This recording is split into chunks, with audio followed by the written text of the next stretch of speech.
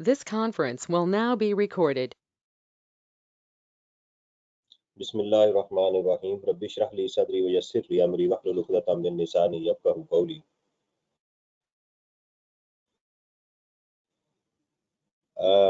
हम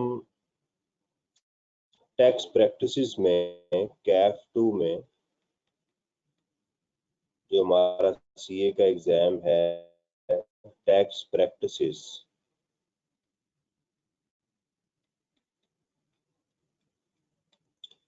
उसमें आज हम 5th head of income which is income from other sources उसको स्टार्ट करने जा रहे हैं। इसका असल में एक रिव्यू है।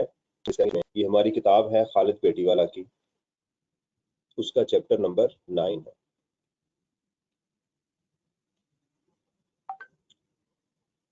बेसिकली हमारे 5 हेड्स ऑफ इनकम है जो टोटल इनकम कहलाती है। नंबर 1 इनकम फ्रॉम सैलरी, ये मैं कलर चेंज कर लूँ जरा पेन का। इनकम फ्रॉम सैलरी ये हमारा फर्स्ट हेड ऑफ इनकम है। सेकंड है जी हमारा, जी नहीं बेटा 8 बजे नहीं क्लास हुई। Income from property,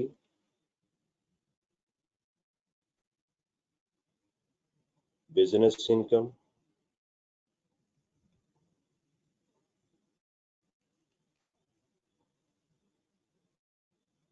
capital gains,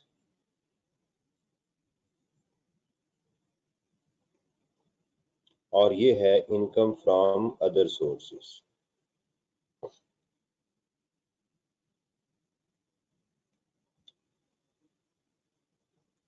हमारा टॉपिक तो इनकम फ्रॉम अदर सोर्सेज है, लेकिन पहले मैं आपको एक हल्का सा एक रिकैप दे दूं कि हमारे पहले हेड्स में क्या था।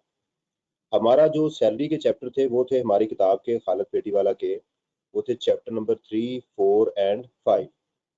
और सैलरी के अंदर हमने ये देखा था कि वो तमाम तरह के बेनिफिट्स और पेमेंट्स जो हमें एम्प्लॉयमेंट रिलेशनशिप में मिली थी वो सैलरी में टैक्स होंगे। इसके अंदर हमारे पास जो चैप्टर 3 था इसमें हमने टर्मिनल बेनिफिट्स को भी डिस्कस किया था। इन चीज़ों को हमने डिस्कस किया था।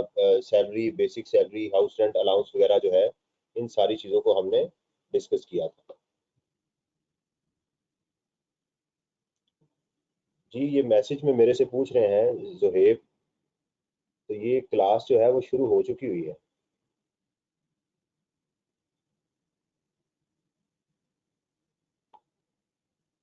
ठीक है जी, अच्छा जी, ये मैं ज़रा ट्राई दोबारा करूं कैमरा की।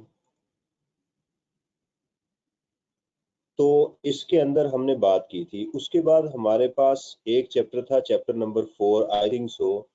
इसमें था एम्प्लॉय शेयर स्कीम का, कि अगर एम्प्लॉय को एम्प्लॉयर से शेयर्स मिले तो उसका क्या ट्रीटमेंट होता है। और जो चैप्टर नंबर 5 था उसमें था tax born by the employer, के अगर एम्प्लॉय का टैक्स एम्प्लॉयर दे तो उसका क्या होगा। तो ये 5 चैप्टर वहां पर थे। जो 6 चैप्टर था वो था शेयर फ्रॉम एओपी का, और एओपी की टैक्सेशन, कि एओपी की टैक्सेशन कैसे होगी, ठीक है, और इसके जो मेंबर्स हैं उनकी टैक्सेशन कैसे होगी। ये चैप्टर नंबर 5 था हमारा। जो चैप्टर नंबर 7 था वो हमारा था इनकम फ्रॉम प्रॉपर्टी का, और जिसमें हमने पढ़ा था कि हमारे पास चार्जेबल रेंट में से हम एक्सपेंसेस को माइनस करेंगे तो हमारा इनकम फ्रॉम प्रॉपर्टी आ जाएगा। और इनकम फ्रॉम प्रॉपर्टी के लिए एक बहुत बड़ी शर्त थी कि ये इमूवेबल प्रॉपर्टी होनी चाहिए, और इसमें 4 चीज़ें चार्जेबल रेंट में थी और 8 एक्सपेंसेस थे, ये हमने बात की थी। बिजनेस इनकम के मैंने आपको बेसिकली नोट्स दिए थे, अगर आपको याद हो। असल में आपकी किताब का इसमें चैप्टर नंबर 11 कवर हो रहा है, 12 कवर हो रहा है, 13 कवर हो रहा है, 14 कवर हो रहा है, और 15 आपका लॉसेस के ऊपर था। ठीक है, तो इसके लिए इसकी जगह पर हमने नोट्स को पढ़ा था और इन चीज़ों को डिस्कस भी हमने किया था। और बिजनेस में हमने ज़्यादातर क्वेश्चन इस तरह से किए थे कि जिसमें हम अपने क्वेश्चन को प्रॉफिट बिफोर टैक्स से स्टार्ट करते थे, और इसमें हम इन रिडिमिजिबल एक्सपेंसेस को ऐड करते थे और रिडिमिजिबल एक्सपेंसेस को माइनस करके हम बिजनेस इनकम तक पहुंचते थे। ठीक है, नॉर्मल इसका जो तरीकेकार है वो है इसका रेवेन्यू या सेल माइनस एक्सपेंसेस। इसके हमारे जो सेक्शन थे वो थे सेक्शन 18 टू हमने 35 सेक्शन पढ़े थे। इसमें हमने बिजनेस इनकम को भी, मेथड्स ऑफ बिजनेस को डिस्कस किया था, मेथड ऑफ अकाउंटिंग को, accrual basis of accounting, cash basis of accounting, ये सारी चीजें डिस्कस की थी। इसके साथ इसके सारे लेक्चर जो है ये यूट्यूब के ऊपर अपलोड है। और इसमें फिर हमने सेक्शन 76 और 77 जो बहुत इंपॉर्टेंट थे, एसेट की एक्विजिशन और डिस्पोजल, उसको डिस्कस किया, डिप्रिसिएशन को डिस्कस किया था। उसके बाद हमारे पास था चैप्टर नंबर 8, ये था कैपिटल गेन का, जिसमें हमने एसेट की 4 टाइप्स को डिस्कस किया था। इसमें एक एसेट तो वो थे जो नॉर्मल है, एक वो थे 38 के जिसमें गेन हो सकता है, लॉस नहीं हो सकता। फिर सेपरेट लॉ की 2 आइटम्स थी, उसमें लैंड और बिल्डिंग इमूवेबल प्रॉपर्टी थी और उसके साथ सिक्योरिटीज थी। और इसका मॉडल था कंसिडरेशन माइनस कॉस्ट। इसके ऊपर हमने बात की थी चैप्टर नंबर 8 के अंदर, क्या कैपिटल गेन कैसे होगा। इसमें एक चीज मैंने आपको बताई थी कि अगर एग्जाम में आपको कोई एसेट डिस्पोज ऑफ हो रहा हो तो वो बिजनेस में जाएगा, ये बात आपने बिजनेस या कैपिटल गेन में जाएगा। इसका बेहतरीन तरीका ये है कि बिजनेस की हर चीज मास वाए प्लॉट के, बिजनेस की हर आइटम जो है मास वाए प्लॉट के, वो किस में जाएगी, बिजनेस में जाएगी। आपकी 2 चीजें होती हैं, स्टॉक होता है उसकी सेल भी बिजनेस में जाएगी, और इनके डिप्रिसिएबल एसेट्स और इनटेंजिबल्स, इन सब की सेल किस में जाएगी, बिजनेस में जाएगी। इसके अलावा बाकी अगर वो गेन है तो किस में चला जाएगा, कैपिटल एसेट्स हैं तो वो यहाँ पर जाएगा। तो डिस्पोजल आपको एग्जाम में यहाँ सोचनी चाहिए। ये मैंने रिकैप दिया आपको। अगर इसकी आपको ओवरऑल कुछ अंडरस्टैंडिंग हो गई है तो फिर हम आज जो है वो इनकम फ्रॉम अदर सोर्सेज को हम टेस्ट करते हैं। पहले यहाँ तक मुझे क्लियर करें। जी इट्स ओके, आपको इतनी इस बात की समझ आ गई है।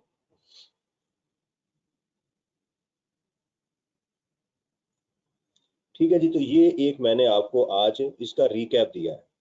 अब लॉ ये कहता है कि इनकम फ्रॉम अदर सोर्स क्या है। पहली बात, एक तो इसने हमें लिस्ट प्रोवाइड कर दी कि ये आइटम जो है वो यहाँ पर जाएंगी, पहली बात तो ये। दूसरा, उसने एक और बात भी कर दी कि उसने कहा कि अगर किसी शख्स के लिए कोई लिस्ट में चीज शामिल नहीं है लेकिन वो इन चारों हेड्स में कहीं फॉल नहीं कर रही, ठीक है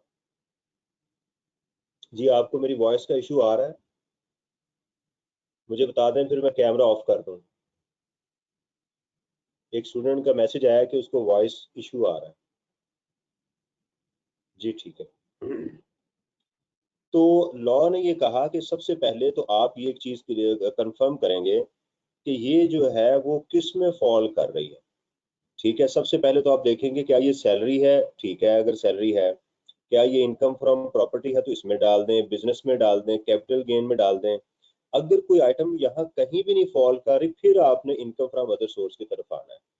यानी एक तरह का मिसलीनियस किस्म का हेड है, फिर आपने आना, यानी पहले आपकी ख्वाहिश नहीं होनी चाहिए कि आप इसको इसमें डालें। ठीक है। अच्छा, एक तो लिस्ट हम एग्जाम में देखेंगे कि लिस्ट गिवन है या नहीं है।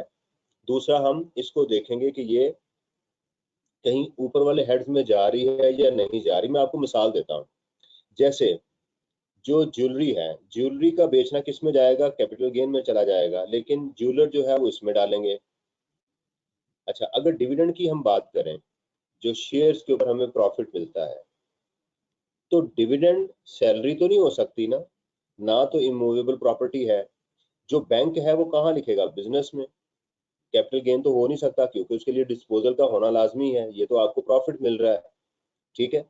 अगर कोई चीज डिस्पोज ऑफ नहीं हो रही तो कभी भी कैपिटल गेन का आपने नहीं सोचना, ये बात याद रखें। दोबारा सुन लीजिएगा, कैपिटल गेन का आपने जब भी सोचना है तो एक ही चीज सोचनी है, कोई एसेट बिक रहा है तब सोचना, अदरवाइज आपने इसके ऊपर नहीं सोचना। लेकिन अगर मैं कहूं कि मुझे इमरान शहजाद को कैप्को से मुझे डिविडेंड मिला है, तो भाई ना तो ये मेरी जॉब है, ना मेरी इनकम फ्रॉम प्रॉपर्टी है, ना बिजनेस है, ना ये मेरा कैपिटल गेन है, तो मैं कहाँ लिखूंगा, इनकम फ्रॉम अदर सोर्स के अंदर। इंटरेस्ट की बात कर लें, प्रॉफिट ऑन डेट जिसको कहते हैं, अगर मुझे प्रॉफिट मिल रहा है बैंक से या सूद मिल रहा है तो मेरे लिए कहाँ जाएगा, वो इनकम फ्रॉम अदर सोर्स में। बैंक कहाँ लिखेगा, बिजनेस इनकम के अंदर। ये हम सेक्शन 18 में ये बात पढ़ चुके हैं, राइट। तो ये चीज पहली इसकी बेसिक ट्रेड है कि इनकम फ्रॉम अदर सोर्स में किस चीज को ऐड किया जाए, ये है। तो एक तो हमने लिस्ट इसकी पढ़नी है और उसके कुछ ट्रेड्स को हमने डिस्कस करना है। उसके बाद आपकी किताब के अंदर कुछ चीजें और एडिशनल दी गई हैं। इसके अलावा मिसलेनियस टॉपिक जो है वो इसके अंदर दिए गए हैं जो इस एग्जाम में आपके टेस्ट हुए हैं।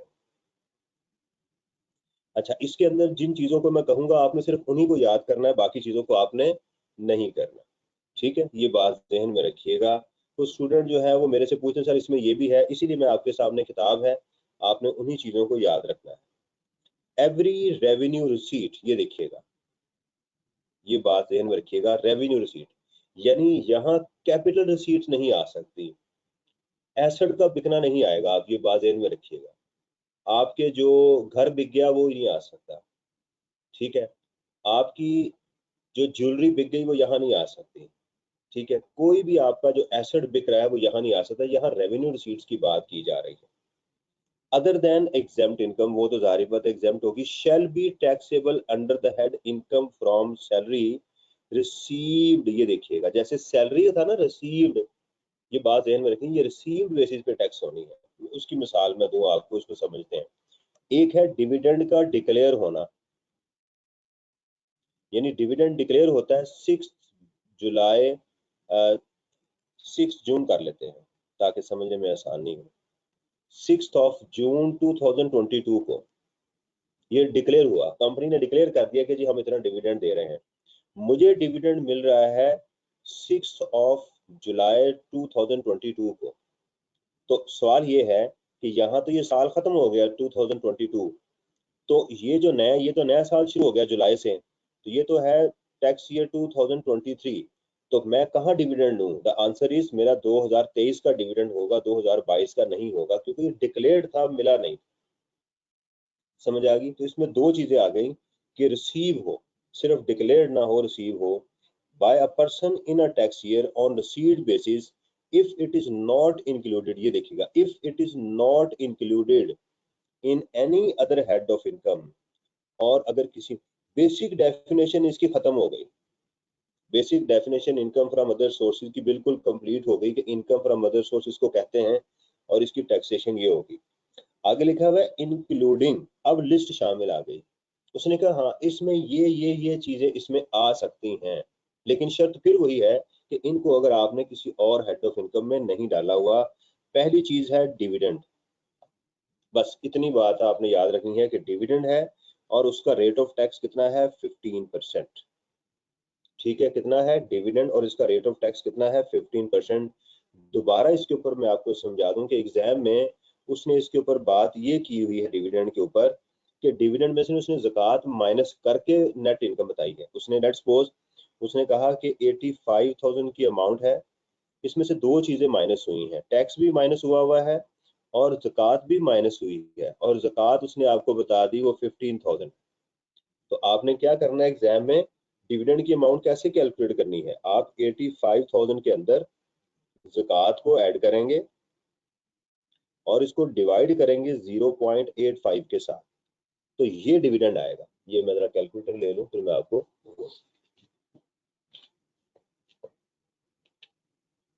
100,000 डिवाइडेड बाय 0.58, तो आपका असल में जो डिविडेंड आ रहा है मेरे पास वो है 1,17,647। ये है डिविडेंड जो आपने इनकम फ्रॉम अदर सोर्स में अपने एग्जाम में शो करनी है। दोबारा सुन लीजिएगा, अगर आपको ये डिविडेंड की अमाउंट गिवन हो और ज़कात की भी हो और वो कहे कि इसमें दोनों चीजें माइनस हुई हैं, 2 दफा एग्जाम में आ चुका हुआ है, तो आपने क्या करना है, डिविडेंड की अमाउंट ऐड करनी है और इसको 0.85 से डिवाइड करना है, तो ये डिविडेंड आएगा। अब इसका ट्रीटमेंट क्या होगा सारी अमाउंट्स का, ये 15,000 जो है ये आपका टोटल इनकम में से माइनस होगा, नंबर 1।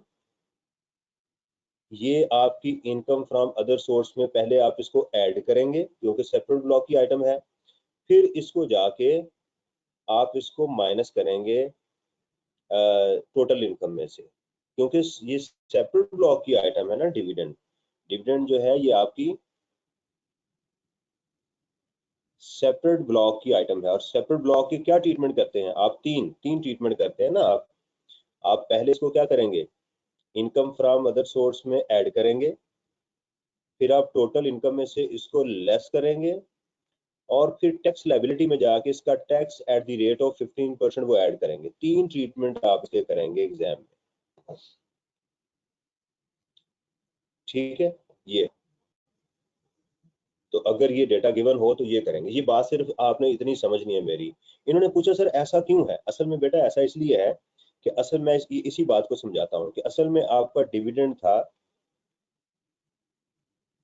1,17,647 रुपए।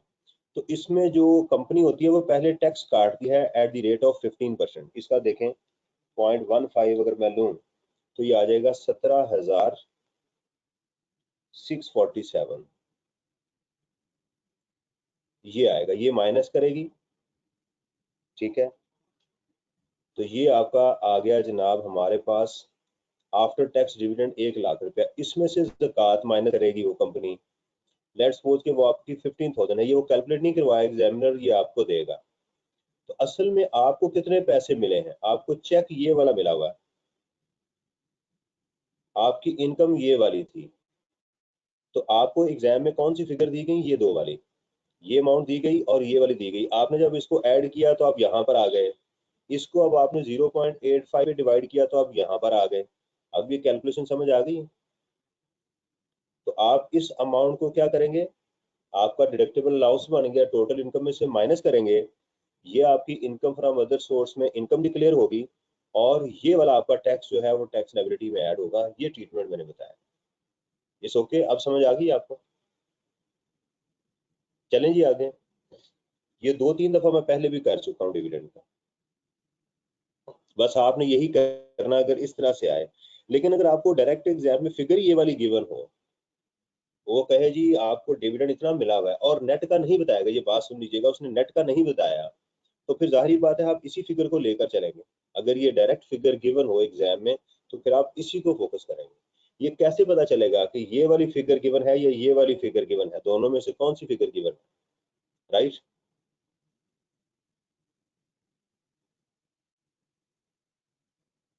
नहीं बेटा, ये टैक्स लायबिलिटी में ऐड होगा, इनकम फ्रॉम जो आपकी सेपरेट ब्लॉक ऑफ इनकम होती है उसके मैंने 3 ट्रीटमेंट आपको बताए हुए हैं। सेपरेट ब्लॉक ऑफ इनकम पहले ऐड होती है आपके हेड में, फिर लेस होती है, और फिर उसका टैक्स जाके टैक्स लायबिलिटी में ऐड होता है। ये 3 ट्रीटमेंट मैंने हर सेपरेट ब्लॉक ऑफ इनकम के आपको बताए हुए, ठीक है। ये वाली चीज तो अभी आपने सिर्फ इसकी ये याद रखना है कि इनकम फ्रॉम अदर सोर्स की जो पहली आइटम है वो है डिविडेंड इनकम। बाकी सारा जो है ये मैंने आपको कहानी सुना दी है, इसको रीड कर लें जैसे मर्जी करें, इसमें कोई मसला और चीज आप नहीं करनी, ठीक है जी। आगे चलें।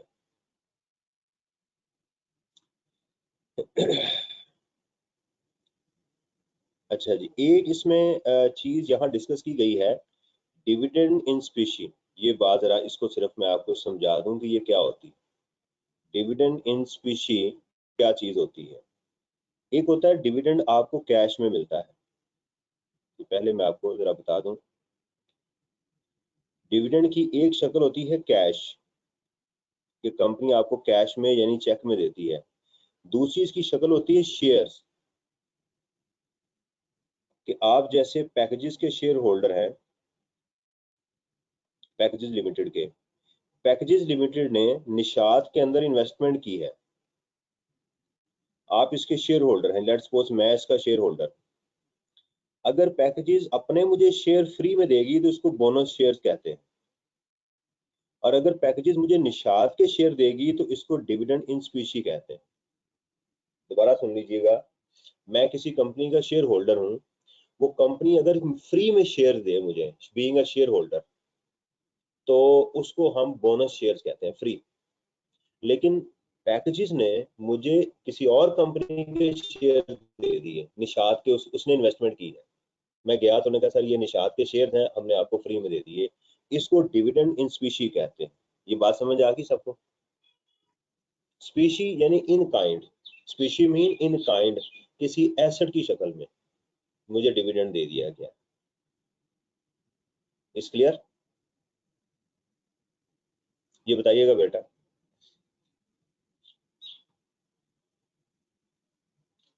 ओके, अब इसका डिविडेंड इन स्पीशी का क्या ट्रीटमेंट है ये देखिएगा। Dividend in specie situation where a limited, ये आपको कहानी सुना दी गई है, ठीक है।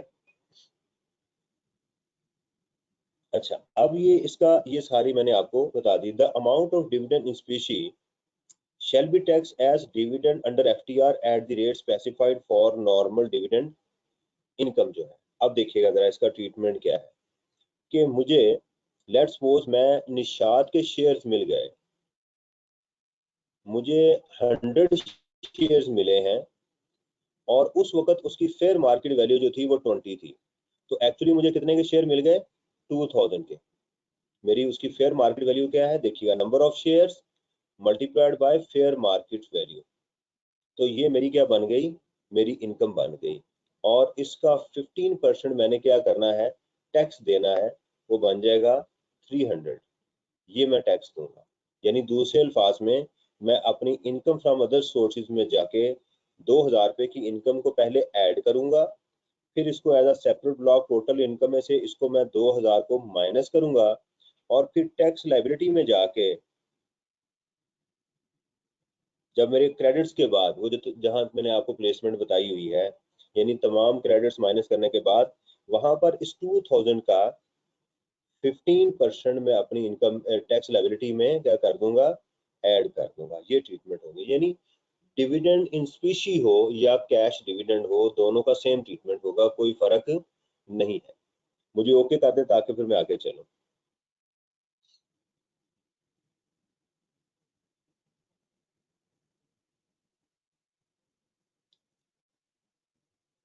जी। अच्छा, आगे ये है कि जब इन शेयर्स को बेचेंगे तो क्या होगा? जब इन शेयर्स को बेचेंगे तो बिल्कुल वैसे ही जैसे इम्प्लॉय शेयर स्कीम का हमने किया था। आपको याद होगा इम्प्लॉय शेयर स्कीम में हमने क्या किया था? कैपिटल गेन कैसे कैलकुलेट करते थे? हम कहते थे capital gain is equal to sale price minus deemed cost fair market value. याद है आपको? इसी तरह हमने गिफ्ट के ऊपर भी यही फार्मूला पढ़ा था, अगर आपको याद हो। गिफ्ट के ऊपर हमने यही वाली चीज पढ़ी थी कि गिफ्ट की सूरत में भी ऐसे ही होगा, विरासत की शक्ल में भी ऐसे ही होगा। दोबारा मैं आपको एक्सप्लेन कर दूं कि जब शेयर्स बिकते हैं, capital gains is equal to क्या होगा? Sale price minus deemed cost, यानी फेयर मार्केट वैल्यू को हम डीम्ड कॉस्ट का वर्ड से हम याद कर रहे हैं। ये किन किन जगहों पर की थी हमने? एक गिफ्ट में की थी अगर आपको याद हो, दूसरा हमने विरासत में की थी, और गिफ्ट की भी हमने बात की थी अगर ये आफ्टर 2 ईयर 2 सालों के बाद इसको डिस्पोज ऑफ करेंगे तो ये फार्मूला होगा विरासत में। और तीसरी ये बात आई थी एम्प्लॉय शेयर स्कीम में। मैं दोबारा आपको याद करवा दूं, एम्प्लॉय शेयर स्कीम के अंदर। और फोर्थ ये जो है हमारा dividend in species.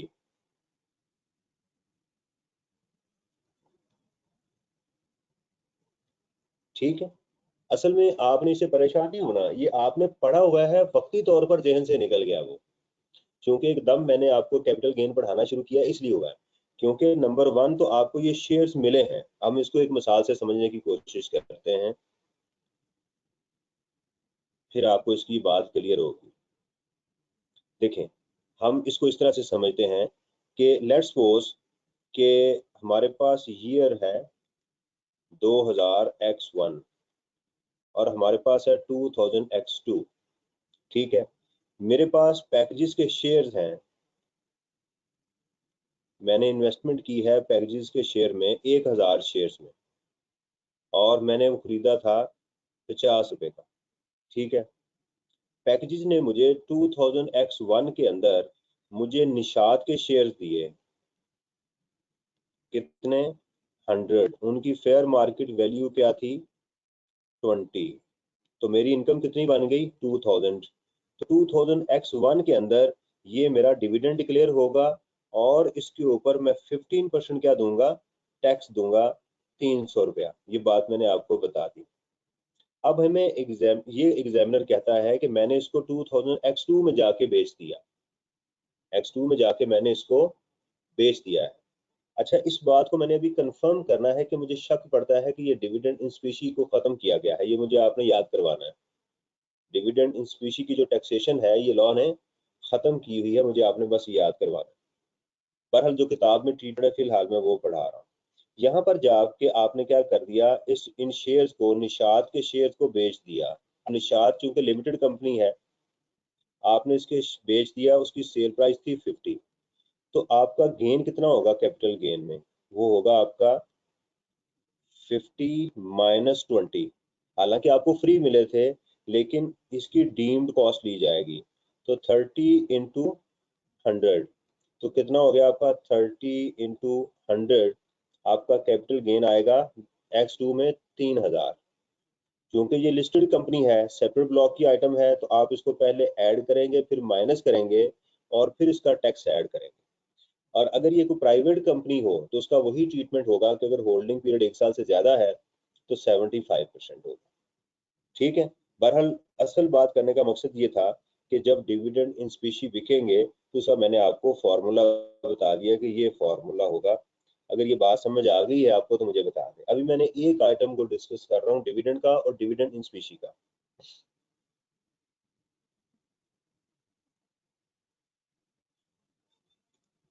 Ji it's okay. अच्छा जी, चलो। तो डिविडेंड क्लियर हो गया कि डिविडेंड कैश में होगा। मैं आपको उसको समराइज कर दूं। डिविडेंड कैश की शक्ल में होगा तो उसका रेट कितना होगा, 15%। वो डिविडेंड इन स्पीशी की शक्ल में होगा तो रेट कितना होगा, 15%। और अब जो शेयर्स बिकेंगे तो उसका भी मैंने तरीकेकार आपको बता दिया। उसके बाद है रॉयल्टी। रॉयल्टी जो है ये भी इनकम फ्रॉम अदर सोर्सेज में जाएगी अगर आपका ये बिजनेस नहीं है। रॉयल्टी की एग्जांपल क्या हो सकती है, जैसे विंडोज आप यूज कर रहे हैं, उसकी रॉयल्टी पे करते हैं, ठीक है। एक्सप्लोरेशन के लिए आपने किसी से पहाड़ ले लिया, उसको उसकी पेमेंट कर रहे हैं रॉयल्टी की। और बेहतरीन एग्जांपल मैं आपको देता हूँ मैकडोनल्ड्स की, ठीक है। और इसकी एग्जांपल है आपकी केएफसी की, ठीक है। ये फ्रेंचाइज हैं, तो जो लोग इनका नाम इस्तेमाल करते हैं तो वो केएफसी, जाहिर बात है वो खुद तो नहीं इधर आके ऑपरेट कर रहे हैं, तो हमारे लोग जो उनको पेमेंट करते हैं उसको रॉयल्टी कहते हैं, ठीक है। तो अगर उनका कारोबार है यही कि वो सिर्फ अपनी रॉयल्टी को बेच रहे हैं तो फिर तो बिजनेस में जाएगी। अदरवाइज कहाँ चली जाएगी, इनकम फ्रॉम अदर सोर्स में जाएगी बस। उसके बाद है हमारे पास प्रॉफिट ऑन डेट, इंटरेस्ट जिसको कहते हैं। ये एग्जाम में बारहा टेस्ट हुआ है ये वाली आइटम, कि इंटरेस्ट अगर मैंने किसी अकाउंट में इन्वेस्टमेंट की है और वहां से मुझे प्रॉफिट मिल रहा है तो ये किस में जाएगा, प्रॉफिट ऑन डेट जाएगा, इनकम फ्रॉम अदर सोर्स में जाएगा। और ये भी सेपरेट ब्लॉक ऑफ इनकम की आइटम है, सेपरेट ब्लॉक ऑफ इनकम की आइटम है, यानी इसके भी 3 ट्रीटमेंट होंगे। आप पहले इसको इनकम में ऐड करेंगे, फिर टोटल इनकम में से लेस करेंगे, और फिर इसकी टैक्स लाइबिलिटी को टैक्स लाइबिलिटी में जाकर ऐड करेंगे। रेट क्या है इसका, 15%। रेट क्या है इसका, 15%। ठीक है जी, ये बात आपने जहन में रखनी है प्रॉफिट ऑन डेट की। उसके बाद ये आ जाइएगा additional payment on delayed refund under any tax loss, under any tax loss. मिसाल के तौर पे इसको हम समझते हैं एक मिसाल से कि आपने इनकम टैक्स वालों से रिफंड लेना था।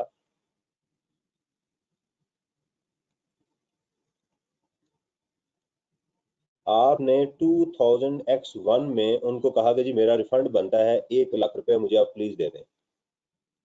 उन्होंने नहीं दिया, डिले करते गए करते गए, आपको जाके X3 के अंदर रिफंड मिल गया।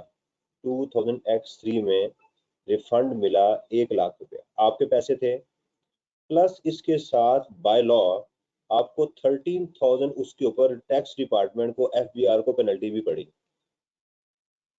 तो आपको मिल गए 1,13,000 रुपया।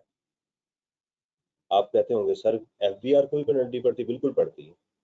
लॉ में लिखा हुआ है कि अगर वो जानबूझ के डिले करेंगे तो उनको पेनल्टी पड़ेगी। ये जो आपको एडिशनल अमाउंट मिली है ना, ये लॉ कहता है ये तुम्हारी इनकम फ्रॉम अदर सोर्सेज है, और ये टोटली टैक्सेबल है, आपकी इनकम में ऐड होगी। ठीक है जी, ये बात समझ आ गई आपको।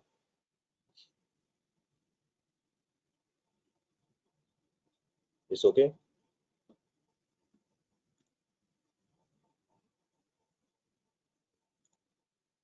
जी बेटा। चलो आगे चलें। आगे है जी ग्राउंड रेंट। ये मैं आपको पहले भी इनकम फ्रॉम अदर प्रॉपर्टी में हम पढ़ चुके हुए हैं कि ग्राउंड रेंट अगर आपको एग्जाम में गिवन हो ग्राउंड रेंट मिला है। देखें, एक है पे करना, ये बात दोनों में फर्क है। स्टूडेंट कंफ्यूज करता है। अगर ग्राउंड रेंट मैंने पे किया है और उस प्रॉपर्टी को मैंने रेंट आउट किया है तो वो मेरा एक्सपेंस होगा, ये मैं ग्राउंड रेंट रिसीव कर रहा हूँ। ठीक है, तो ये मेरी इनकम फ्रॉम अदर सोर्स में जाएगा। रेंट फ्रॉम सब लीज ऑफ लैंड और बिल्डिंग। ठीक है, सब लेटिंग जिसको पढ़ते हैं, ये बात इसकी हम इनकम फ्रॉम अदर सोर्सेज में, यानी आप मालिक नहीं है, किराएदार है। आपने एक लैंड और बिल्डिंग किसी को रेंट पे दे दी है, ठीक है, तो वो आपकी इनकम फ्रॉम प्रॉपर्टी नहीं होगी, इनकम फ्रॉम अदर सोर्स होगी। इसको हम समझते हैं एक मिसाल से। जैसे मैं हूं, ठीक है, मैंने अपनी एक शॉप है, तो वो एक साहब हैं आतिफ, उनको दी हुई है। ठीक है, आतिफ ने अपनी शॉप आगे जो है वो मिस्टर शरीफ को दी हुई है रेंट पे। मिस्टर शरीफ इनको देता है 5 रुपए और आतिफ मुझे देता है 50 रुपए। तो मेरी जो है वो, मैं इसको 50 को लिखूंगा इनकम फ्रॉम प्रॉपर्टी में और आतिफ जो है वो इसको लिखेगा इनकम फ्रॉम अदर सोर्सेज। हालांकि आतिफ ये कह सकता है जी मैं चूंकि 50 रुपए रेंट दे रहा हूँ तो ये 5 रुपए तो मेरी इनकम नहीं है, ये तो असल में मेरे रेंट की रिकवरी है। लॉ कहता नहीं, ये तुम्हारी इनकम फ्रॉम अदर सोर्स है और ये मेरी इनकम फ्रॉम प्रॉपर्टी है। क्योंकि ये मालिक नहीं है, मालिक मैं हूं, ये मेरा टेनेंट है। ठीक है ना, तो टेनेंट की जो है वो मालिक ना हो तो वो इसमें चली जाती है। यहाँ पर आप सवाल ये कह सकते हैं कि सर अगर प्रॉपर्टी का नाम होना लाजमी है, नहीं, बेनिफिशियल ओनर भी होंगे तो वो भी चलेगा। जैसे किसी का कोई बाप फौत हो गया, वो प्रॉपर्टी भी ट्रांसफर नहीं हुई लेकिन पता है कि ये उसका मालिक है, ठीक है, तो वो मालिक ही गिना जाएगा। चैलेंज। अच्छा जी, ये पॉइंट बहुत दफा आ चुका हुआ, income of lease of any building together with plant and machinery. यानी जैसे पूरी, इसकी टिपिकल एग्जांपल है पूरी फैक्ट्री रेंट आउट कर देना, ये उसकी मिसाल है। Income from provision of amenities, utilities और any other service connected with renting of the building. यानी वो बिल्डिंग जो आपकी इनकम फ्रॉम प्रॉपर्टी में गई है, इसके न्यूमेरिकल हम कर चुके हुए हैं, वो जो ये तो इनकम फ्रॉम प्रॉपर्टी में जाएगी, लेकिन इसमें आप जो फैसिलिटीज दे रहे हैं, लॉन्ड्री की फैसिलिटी दे रहे हैं, आप यहाँ पर जनरेटर की फैसिलिटी दे रहे हैं, ठीक है, आप यहाँ लॉन्ड्री उनको प्रोवाइड कर रहे हैं, यहाँ आप वाईफाई की उनको फैसिलिटी दे रहे हैं, यहाँ आप उनको फूड प्रोवाइड कर रहे हैं, तो इनके अगेंस्ट जो आपकी इनकम आ रही है ये आपकी इनकम फ्रॉम अदर सोर्स में जाएगी और ये जो उसका जो रेंट आ रहा है वो इनकम फ्रॉम प्रॉपर्टी में जाएगा। इस ओके। आगे है जी एनुटी और पेंशन। ठीक है, ये आपको कहाँ से, ये एम्प्लॉयर से नहीं मिलेगी। देखिएगा, अगर ये एनुटी और पेंशन आपको कंपनी से मिले, एम्प्लॉयर से मिले, तो फिर ये आपकी इनकम फ्रॉम सैलरी है, ये बात याद रखें। ये प्राइवेट है, जैसे आईजीआई इंश्योरेंस है, स्टेट लाइफ इंश्योरेंस कंपनी है, आदम जी इंश्योरेंस कंपनी है, ये इनकी बात हो रही है कि आपने प्राइवेटली यहाँ पर पैसे डाले थे तो यहाँ से आपको पेंशन मिल रही है। स्टूडेंट्स के जहन में या लोगों के जहन में होता है कि पेंशन सिर्फ एम्प्लॉयर से ही मिलती है, ऐसा नहीं है। कंपनीज भी आपको इंश्योरेंस देती हैं, ये वो वाली पेंशन वगैरह जो है, एनुटी वो है। ठीक है जी, आगे आगे जी एक और सेपरेट ब्लॉक की आइटम वो है प्राइस ऑन प्राइस बॉन्ड। ठीक है, और विनिंग फ्रॉम रेफल लॉटरी वगैरह जो है, ये भी सेपरेट ब्लॉक की आइटम है। इसका भी 3 ट्रीटमेंट होंगे एग्जाम में, ये बात याद रखें। प्राइस बॉन्ड का जो रेट है वो है 15%, बाकी तमाम का रेट कितना है 20%। इसके भी 3 ट्रीटमेंट होंगे कि आप इसको इनकम फ्रॉम अदर सोर्सेज में ऐड करेंगे, टोटल इनकम में से इसको लेस करेंगे और इसका जो टैक्स है वो टैक्स लायबिलिटी में जाके ऐड करेंगे। ये 3 ट्रीटमेंट इसके होंगे, प्राइस बॉन्ड हो, रेफल लॉटरी वगैरह हो, वो आपको मिलेगी। ठीक है। अच्छा, आप ये कह सकते हैं कि सर अगर किसी को गाड़ी मिल गई, ये भी तो होता है ना कि जनाब आपने कोई चीज परचेज की तो आपको गाड़ी मिल गई वहां से, तो सर उसका क्या ट्रीटमेंट होगा। ठीक है, तो लोग क्या करते हैं कि जब आपको गाड़ी मिलती है ना, लेट्स सपोज कि गाड़ी की वैल्यू है 20 लाख रुपया, तो वो आपसे कहेंगे कि इसका 15% आप टैक्स जमा करवा दें, यानी आप 6 लाख रुपया जाके पहले टैक्स जमा करवाओगे एफबीआर को, आप अपनी जेब से जमा करवाओगे, फिर ये गाड़ी आपको मिलेगी 20 लाख की। तो असल में आपको चीज कितनी की मिली? आपको मिली 1.4 मिलियन की। अब सवाल ये है कि इनकम कितनी होगी? ये मेरी इनकम फ्रॉम अदर सोर्सेज में जाके 20 लाख रुपए की इनकम डिक्लेयर होगी। पहले मैं इसको ऐड करूंगा, फिर मैं इसको लेस करूंगा, और टैक्स में जाके इसका जो 20 लाख रुपया है उसका 15% मैं जो है यानी 6 लाख रुपया अपनी टैक्स लाइबिलिटी में ऐड करूंगा, और चूंकि मैं ये जमा भी करवा चुका हूं तो फिर विद होल्डिंग टैक्स में जाके इसको माइनस भी कर दूंगा, क्योंकि मैं एडवांस में दे चुका हूं ना। तो ये इसका होगा। ये बात आपको क्लियर हुई है? यानी अभी तक सेपरेट ब्लॉक की मैं सारी चीजों का सेम ट्रीटमेंट आपको बता रहा हूँ। इस ओके? अगर कैश में मिले तो वो टैक्स काट लेते हैं, और अगर चीज मिले तो वो आपको कहते हैं जी जाके पैसे जमा करवा। चलें। Consideration for the provision, use or exploitation of property including from the grant of right to explore for exploit natural resources। इसकी मिसाल क्या है? कोयला नहीं निकालते, कोयला या मादनियात जो है, ये मैं इधर गया था ना इसमें हुंजा में, तो मैंने देखा वो पहाड़ों पे बम ब्लास्ट कर रहे थे। तो मैंने उनसे पूछा ये क्या निकाल रहे? कहते ये जो आप बाजार में गए थे ना, तस्बीह मोतियां वगैरह, ये देखे मैं आपको तस्बीह दिखाता हूँ, ये मैं वहां से लेकर आया हूँ, ये हुंजा से। तो अकीक कहते हैं इसको, नजर आ रही है आपको ये? तो वो ये जो पत्थर है ना, ये पहाड़ों से निकालते हैं। अगर आप कभी हुंजा जाएं तो आपको बाजार के अंदर बड़े बड़े कीमती जो है वो पत्थर मिलते हैं, ठीक है ना? तो ये वो निकालते हैं। तो वो जब जाहिर बात है वो पहाड़ हो सकता है किसी और का हो, तो आपने कहा वो मैंने यहाँ से जेम्स निकालने हैं, वो कीमती पत्थर निकालने हैं, तो वो जो कीमती पत्थर निकालने के अगेंस्ट हो सकता है वहां से कुछ भी ना मिले, तो आप उसको पेमेंट तो करेंगे ना भाई, आपका पहाड़ हम जो है ना उसको इस्तेमाल करने लगे हैं, ये वो पेमेंट है। तो उसकी कहाँ पर जाएगी? इनकम फ्रॉम अदर सोर्स में जाएगी। Amount received by a person as consideration for vacating the possession, ये जो है ये गुंडागर्दी है। ये क्या है? ये गुंडागर्दी है। यानी एक जो था वो किराएदार था, वो बिल्डिंग नहीं खाली कर रहा, उसको बिल्डिंग खाली करवाने के लिए कुछ पेमेंट की है। Vacating the possession of a building और पार्ट देयर ऑफ, वो है reduced by any amount paid by the person to acquire the possession of such building or part thereof।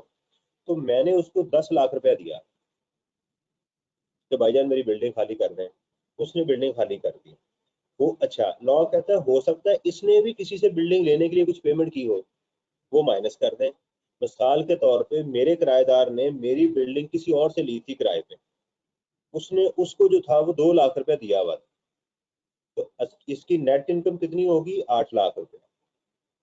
अच्छा ये टोटल टैक्स नहीं होती, ये कितनी होती है? 1/10, यानी ये 10 सालों में, यानी 80,000 उसका इस साल टैक्स होगा, 80,000 अगले साल, 80,000 अगले साल, इस तरह से 10 हिस्सों में टैक्स होगा, ठीक है?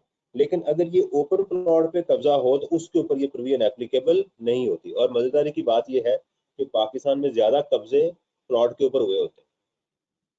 तो कैसी जबरदस्त प्रोविजन है कि उन्होंने कहा कि अगर कोई साहब ओपन प्लॉट पे कब्जा करे और वो कब्जा छोड़ने के लिए, हमारे एक साहब के साथ ऐसे हुआ था, 14 लाख रुपया देकर उन्होंने कब्जा छुड़वाया था।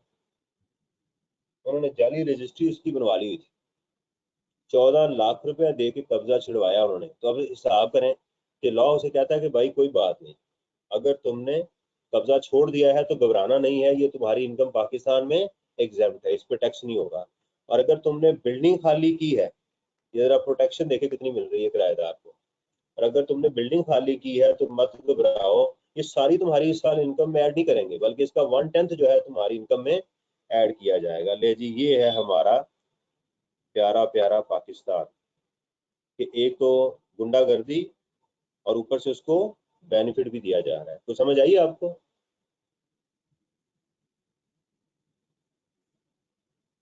क्यों जी? आप हैं मेरे साथ के नहीं है? ट्रीटमेंट क्या होगा, इस अमाउंट का 1/10 जो है वो आप अपनी इनकम फ्रॉम अदर सोर्स में ऐड करें। पानी पी लो। आपको ये जो दी जाएगी ना अमाउंट एग्जाम में, उसको बस आप 1/10 आप अपनी इनकम में ऐड करें।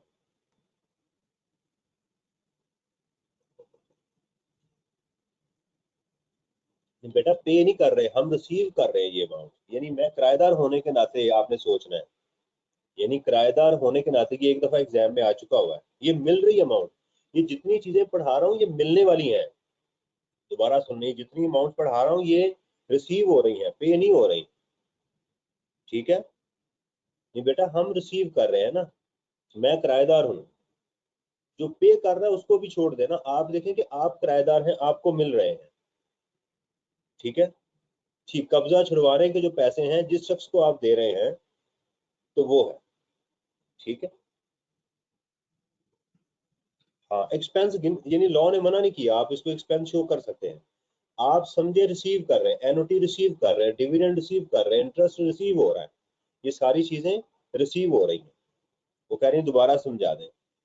अगर कोई किराएदार था, ठीक है, और उसने क्या किया कि कोई किसी शख्स ने, किराएदार की बात नहीं लॉ ने की, उसने कहा amount received by a person as consideration for vacating the possession, छोड़ दी उसने पोजेशन, कब्जा, पोजेशन कब्जे को कहते हैं ना,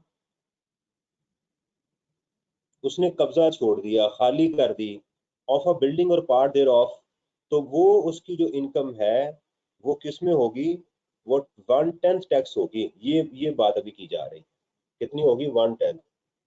लेकिन अगर ओपन प्लॉट का कब्जा छोड़ा तो उसके ऊपर नहीं होगा।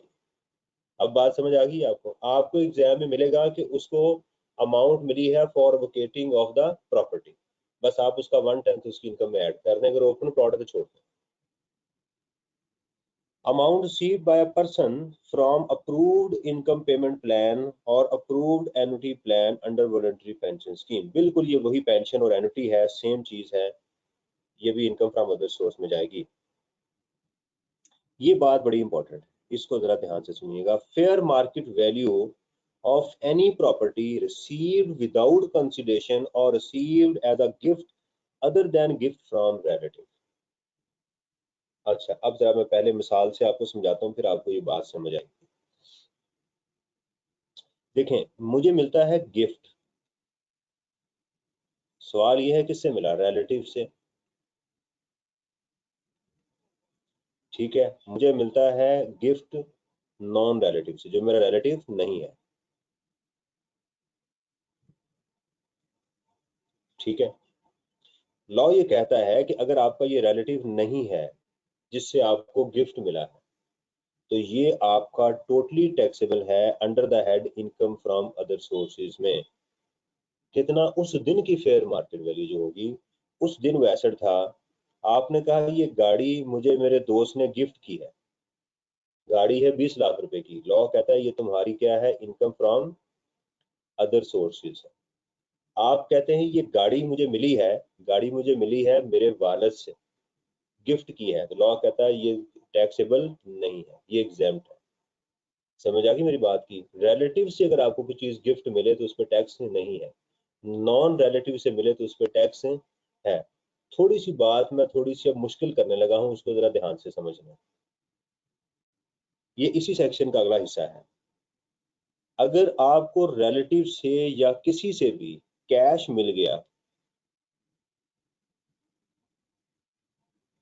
एडवांस की शक्ल में, लोन की शक्ल में, ठीक है, रिलेटिव हो या ना हो इससे कोई फर्क नहीं पड़ता, आपको कैश मिल गया, ठीक है, ये आपका टोटली टैक्सेबल हो जाएगा। यानी दूसरे अल्फाज में, किसी शख्स से कैश लेते हुए एहतियात करनी चाहिए। क्या करना चाहिए, उसे कहें बैंक के थ्रू पे करें।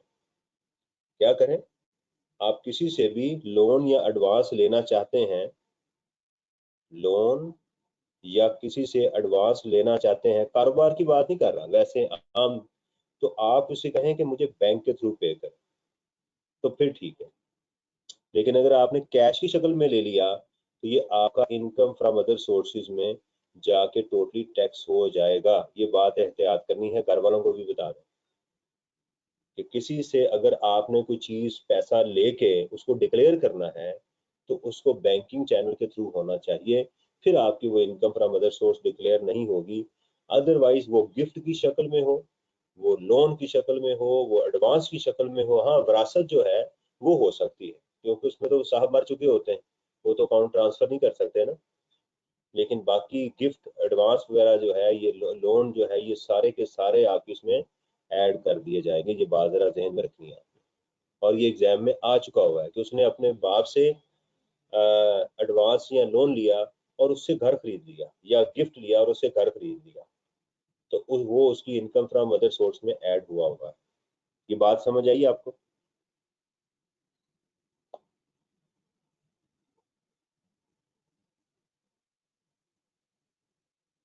ठीक है।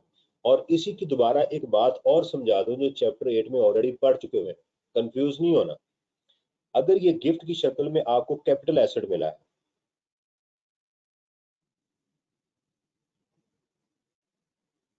क्या मिला है? गिफ्ट की शक्ल में कैपिटल एसेट मिला हुआ है, तो इसके मैंने दो ट्रीटमेंट बताए। पहली बात है कि कैपिटल एसेट का मिलना एग्जाम्प्ट रिलेटिव से। पहली बात क्या है? कैपिटल एसेट का रिलेटिव से मिलना एग्जाम्प्ट, इसको तो जहन में बिठा लें। लेकिन अगर आपने इस कैपिटल एसेट को विद इन 2 ईयर बेच दिया और अगर इसको आफ्टर 2 ईयर्स बेचा तो ट्रीटमेंट डिफरेंट होगा बिकने के टाइम पे। दोबारा सुन लीजिएगा, कैपिटल एसेट्स क्या होते हैं? Jewellery, painting, shares, land, building, ये सारे कैपिटल एसेट्स हैं। सिक्योरिटीज वगैरह ये सारे कैपिटल एसेट्स हैं। जब रिलेटिव से मिलेगा तो कोई टैक्स नहीं होगा, रिलेटिव से मिलेगा तो कोई टैक्स नहीं है, एग्जाम्प्ट हो गया। अगर आपने इसको 2 साल के बाद बेचा तो इसका फार्मूला होता है cell price minus deemed cost, यानी उस दिन की जो फेयर मार्केट वैल्यू होगी वो। लेकिन अगर आपने विद इन 2 ईयर्स इसको बेच दिया तो फिर फॉर्मूला होगा सेल प्राइस माइनस कॉस्ट। हम इसकी मिसाल से इसको समझते हैं, ये मैं पहले भी पढ़ा चुका हूँ, रिपीट कर रहा हूँ दोबारा ताकि चीजें जरा रिमाइंड हो जाए। मिसाल के तौर पे एक फादर थे, बाप था, एक उसका बेटा है मिस्टर एस। बाप ने एक चीज खरीदी थी 10 रुपए की, उसने 2-4 साल के बाद अपने बेटे को गिफ्ट कर दी। उस वक्त उसकी मार्केट में शेयर थे, लेट्स सपोज वो 100 रुपए के थे, उसने गिफ्ट कर दिए। तो सेक्शन 37 हमें ये कहता है कि इस बाप को इस पर टैक्स नहीं लगेगा। इसी तरह सेक्शन 39 कहता है कि बेटे पे भी टैक्स नहीं लगेगा, क्योंकि नॉन किग्निशन रूल में आप गिफ्ट कर दें, आप विरासत में दे दें, ठीक है, to spouse to live apart कर दें, ये इन चीजों के ऊपर जब एक एसेट किसी को दिया जाए, कैपिटल एसेट दिया जाए या कोई भी एसेट दिया जाए, उस पर टैक्स नहीं होता ट्रांसफर करने वाले को। गिफ्ट, राइट, विरासत, inheritance, to spouse to live apart. अब इस बेटे ने इस एसेट को बेच दिया, दो सिचुएशन है। इसने इसको 300 रुपए का बेच दिया शेयर्स को, ठीक है। अब हम कहते हैं कि अगर तो इसने इसको विद इन 2 ईयर बेच दिया और दूसरा है इसको आफ्टर 2 ईयर बेचा, 2 साल के बाद और 2 साल के अंदर, तो ट्रीटमेंट डिफरेंट होगा गिफ्ट की शक्ल में। बार बार कह रहा हूँ सिर्फ गिफ्ट की शक्ल में, ये गिफ्ट की शक्ल में बात कर रहा हूँ, ठीक है। तो अगर तो हमने इसको 2 साल के बाद किया तो ये वाला फार्मूला होगा 300 माइनस 100 और कैपिटल गेन आएगा 200। लेकिन अगर इसने 2 साल के अंदर अंदर इसको बेच दिया तो फिर फॉर्मूला होगा इसका 300 माइनस 10। ये 10 किसकी कॉस्ट? बाप की, बेटा निकल गया दरमियान में। ऐसे ही है जैसे बाप ने ही बेचा है।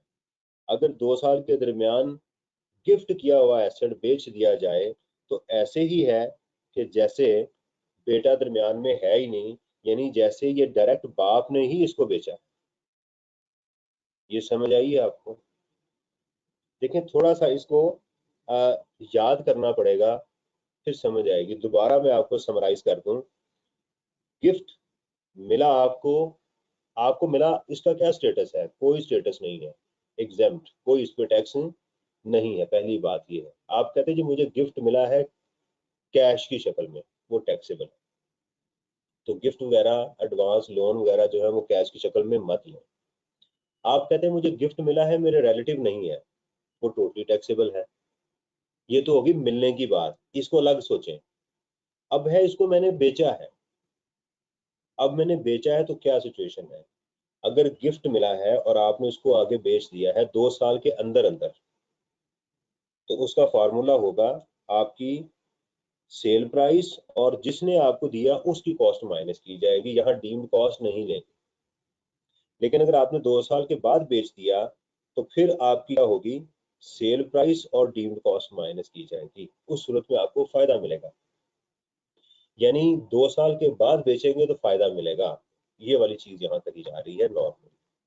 ठीक है, विरासत के केस में ये 2 साल वाला रूल अप्लाई नहीं होगा। Is it clear? ये बात समझ आ गई है तो फिर मैं आगे चलूँ।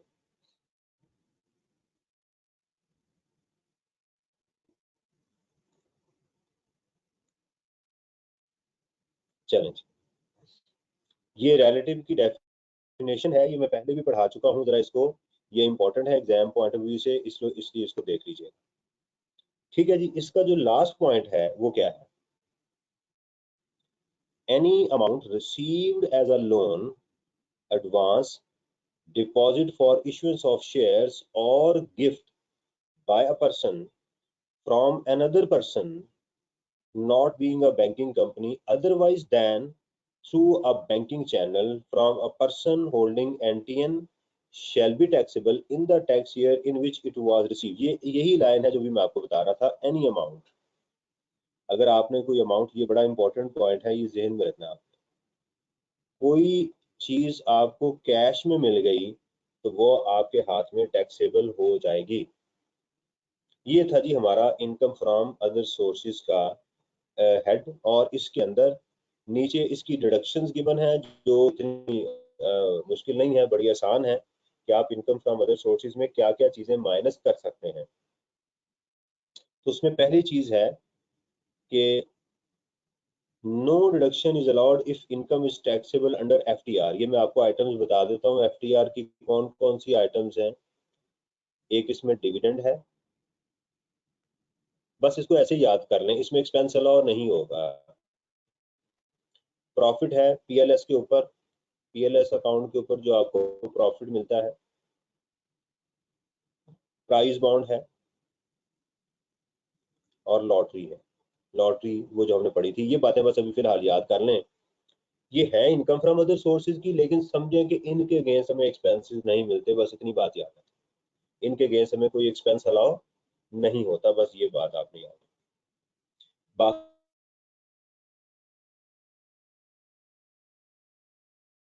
कौन सी हैं, कौन कौन से एक्सपेंसेस हम अपनी इनकम में से माइनस कर सकते हैं? वो है any expenditure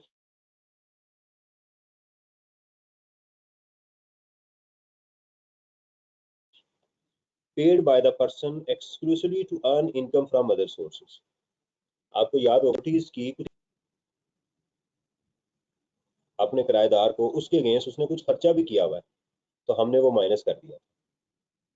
the following are also deductible from rent of the building with machinery. वो जो फैक्ट्री की बात की थी ना हमने, कि वो फैक्ट्री रेंट आउट कर दी है, उसमें है normal tax depreciation of building and machinery and initial allowance of the machinery. यानी आपने एक फैक्ट्री जो है उसको रेंट आउट किया हुआ है, उसमें प्लांट भी पड़े हुए हैं, मशीनरी भी पड़ी हुई है, तो ये आपने चूंकि पूरी फैक्ट्री रेंट आउट की है तो इसका रेंट कहाँ जा रहा है? इनकम फ्रॉम अदर सोर्सेज में। ठीक है, अब इस एक्सपेंस कौन सा है आपका?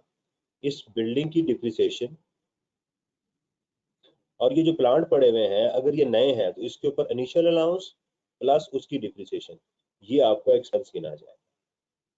यानी आप असल फाज ये समझें कि इनकम फ्रॉम अदर सोर्सेज में उसके जो एक्सपेंसेस बनते हैं वो सारे माइनस होंगे, और अगर वो बिल्डिंग और प्लांट है तो उसके ऊपर नॉर्मल डिप्रिसिएशन और इनिशियल अलाउंस भी हमें मिलेगा। ये बात मैंने आपको बताई। अगर यहाँ तक बात समझ आ गई है, अभी तक हमने जो बातें पढ़ी हैं वो है dividend, royalty, profit on debt, ठीक है। उसके बाद हमने इसमें डिस्कस किया है prize bond, lottery, pension, annuity, delayed refund, provision of amenities and utilities, vacating of building, renting of building with plant and machinery, ground rent, ये चीजें हमने इसमें पढ़ी हैं।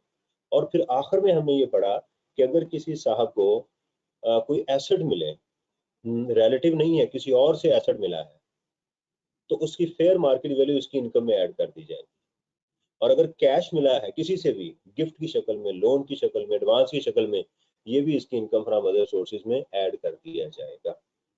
ये मैंने बात की है इसके अंदर। अभी तक जो मैंने बात की है मुझे बता दें, अगर आपको समझ आई है तो ठीक है।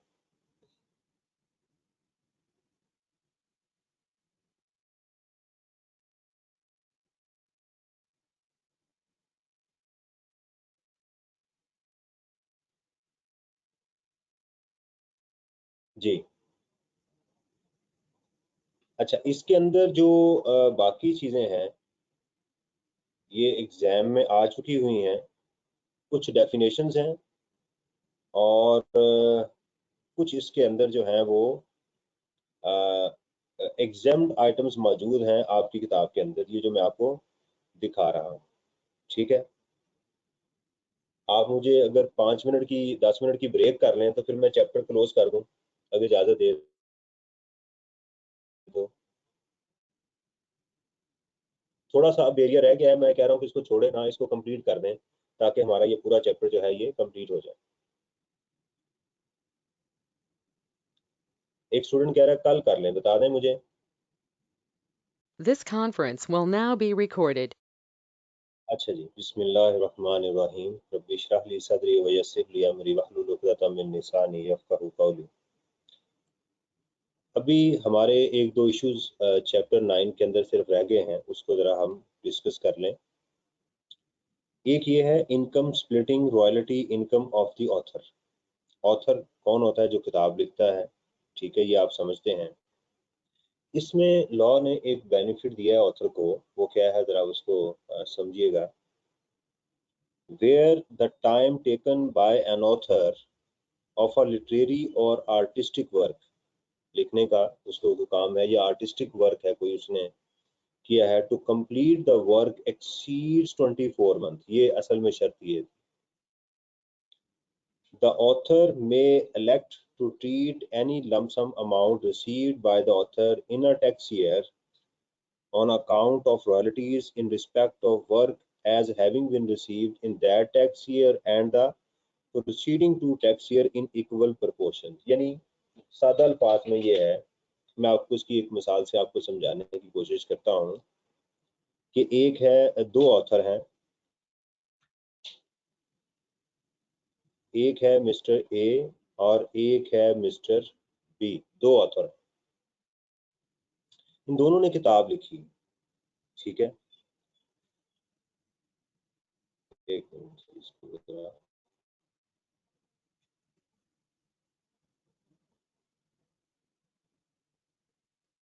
दोबारा इसको जरा मैं करूँ, ये रेज हो गया। दो ऑथर्स हैं, A and B, A and B दो हैं। इन दोनों को 1,20,000 रुपये मिला है एक किताब लिखने का। इनको भी 120,000 और इनको भी 120,000, इन दोनों को 1,20,000 रुपये मिला। इन्होंने अपनी किताब जो थी वो 2000X1 में स्टार्ट की और इधर ही कंप्लीट कर ली, और जबकि मिस्टर बी ने 2000X1 में स्टार्ट की किताब और 2000X4 के अंदर कंप्लीट कर ली।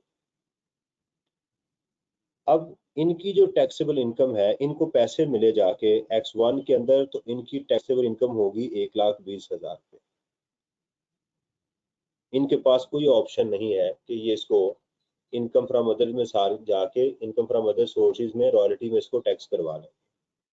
इन साहब ने 2000X4 के अंदर किताब कंप्लीट की।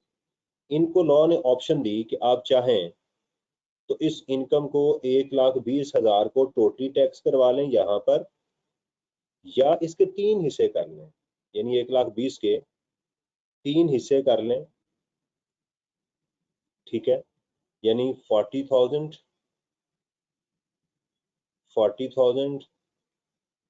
एंड 40,000। तो ये 40,000 आपका 2000 x4 में टैक्स होगा, ये 2000 x3 में टैक्स होगा, और ये 2000 x2 में टैक्स होगा। आपके पास ये ऑप्शन है।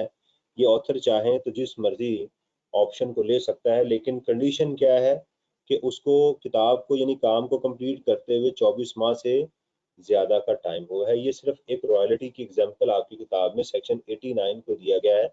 वो चाहे ऐसी ही ऑप्शन आपको याद होगा गोल्डन हैंडशेक में भी थी कि अगर एक एम्प्लॉय को गोल्डन हैंडशेक मिले, मैं ज़रा रिपीट करवा दूं आपको, रिडंडेंसी कॉस्ट जो है उसमें इस एम्प्लॉय के पास ऑप्शन थी कि उस गोल्डन हैंडशेक को उसी में टोटली टैक्स करवा दे, या उस गोल्डन हैंडशेक को जाके सेपरेट ब्लॉक ऑफ इनकम में अलग से टैक्स दे दे।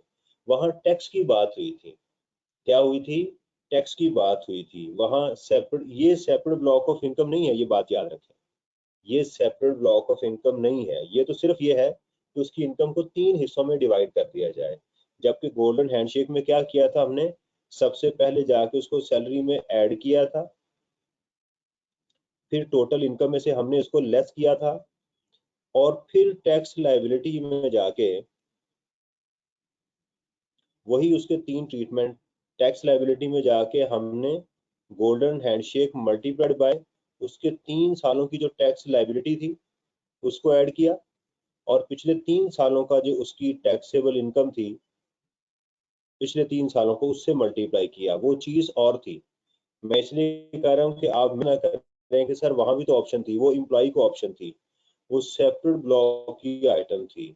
उसमें एम्प्लॉय के पास ऑप्शन थी कि पहले ऐड करें फिर लेस करें टोटल इनकम में से, और फिर टैक्स लायबिलिटी में क्रेडिट्स के बाद जाके गोल्डन हैंडशेक के ऊपर एवरेज 3 सालों का टैक्स पे करते। ये बात क्लियर हुई है आपको? ऑथर को भी 3 सालों की ऑप्शन है, इस साल और पिछले 3 साल। गोल्डन हैंडशेक में पिछले 3 सालों में नहीं जाना, गोल्डन हैंडशेक में इसी साल आपके पास ऑप्शन है, या तो टोटल सैलरी में टैक्स करवा लें या सेपरेट ब्लॉक ऑफ इनकम में टैक्स कर लें। ठीक है, ये थी, तो इसलिए मैंने दोनों को बता दिया कि ताकि आप उसको मिक्स ना करें। अगर ये क्लियर है तो फिर मैं आगे चलूँ। हमारे पास 15 मिनट्स हैं, हमने इसको कंप्लीट करना है। ठीक है, आगे है जी fee for technical services offshore digital services and royalty received by a non resident. Normally chances तो नहीं है कि आपको नॉन रेजिडेंट की बात करेगा, लेकिन हमारे एग्जाम में एक चीज मौजूद है, उसको देख लेते हैं। फी for technical services, technical services यानी टावर आपने कभी देखा होगा, ये जो जोंग वगैरह का है, यूफोन का, ये अगर कोई बनाने में आपकी हेल्प करे तो उसको टेक्निकल सर्विसेज कहते हैं। Offshore digital services, digital services क्या हो सकती है, यानी पाकिस्तान से बाहर अगर आप कोई डिजिटल सर्विसेज प्रोवाइड कर रहे हैं, वो किस तरह की हो सकती हैं, आप कोई एग्जांपल ले सकते हैं, या नेट पे देख लें कि डिजिटल सर्विसेज क्या क्या होती हैं। यानी ये आईटी से रिलेटेड ही कोई होंगी चीज़ें जो प्रोवाइड की जा रही हैं, या रॉयल्टी है। ठीक है, आपकी कोई प्रोडक्ट है जो आप नॉन रेजिडेंट आपको बेच रहा है, समझ आ रही ना? तो अब ये देखिएगा, असल में है कि पाकिस्तान में कोई नॉन रेजिडेंट जो है उसकी कोई इनकम है, लेकिन नॉन रेजिडेंट की फॉरेन सोर्स इनकम पे तो टैक्स लग ही नहीं सकता ना, वो तो बात खत्म हो गई। जब भी आपने नॉन रेजिडेंट का सोचना है तो हमेशा पाकिस्तान सोर्स इनकम का सोचना है। तो ये कौन सी इनकम है, पहली बात ये है कि पाकिस्तान सोर्स है उनकी। ठीक है, उसको रॉयल्टी मिल रही है। रॉयल्टी की मैंने आपको एग्जांपल दी है, क्या है रॉयल्टी की एग्जांपल, केएफसी, मैकडोनल्ड्स, ये मैंने आपको एग्जांपल दी है। ठीक है, डिजिटल सर्विसेज देख लें कि हमें कोई पाकिस्तान में हो सकता कोई ऐड वगैरह हो, इसकी कोई एग्जांपल देख लीजिएगा, मेरे जहन में भी नहीं आ रही। फी फॉर टेक्निकल सर्विसेज मैंने आपको बता दिया कि कोई टेक्निकल सर्विसेज में ये डैम वगैरह बनाना भी इसी में आ सकता है, कि डैम बनाने के लिए आपको टेक्निकल सर्विसेज प्रोवाइड की जा रही हैं, टनल्स बनाने में आपको टेक्निकल सर्विसेज प्रोवाइड की जा रही हैं, ये इसमें आता है। तो उस नॉन रेजिडेंट को क्या होगा, the Pakistan source royalty income fee for technical services earned bye a non resident is subject to withholding tax at the rate of 15%. 5% for offshore digital services at the gross amount which is full and final tax liability.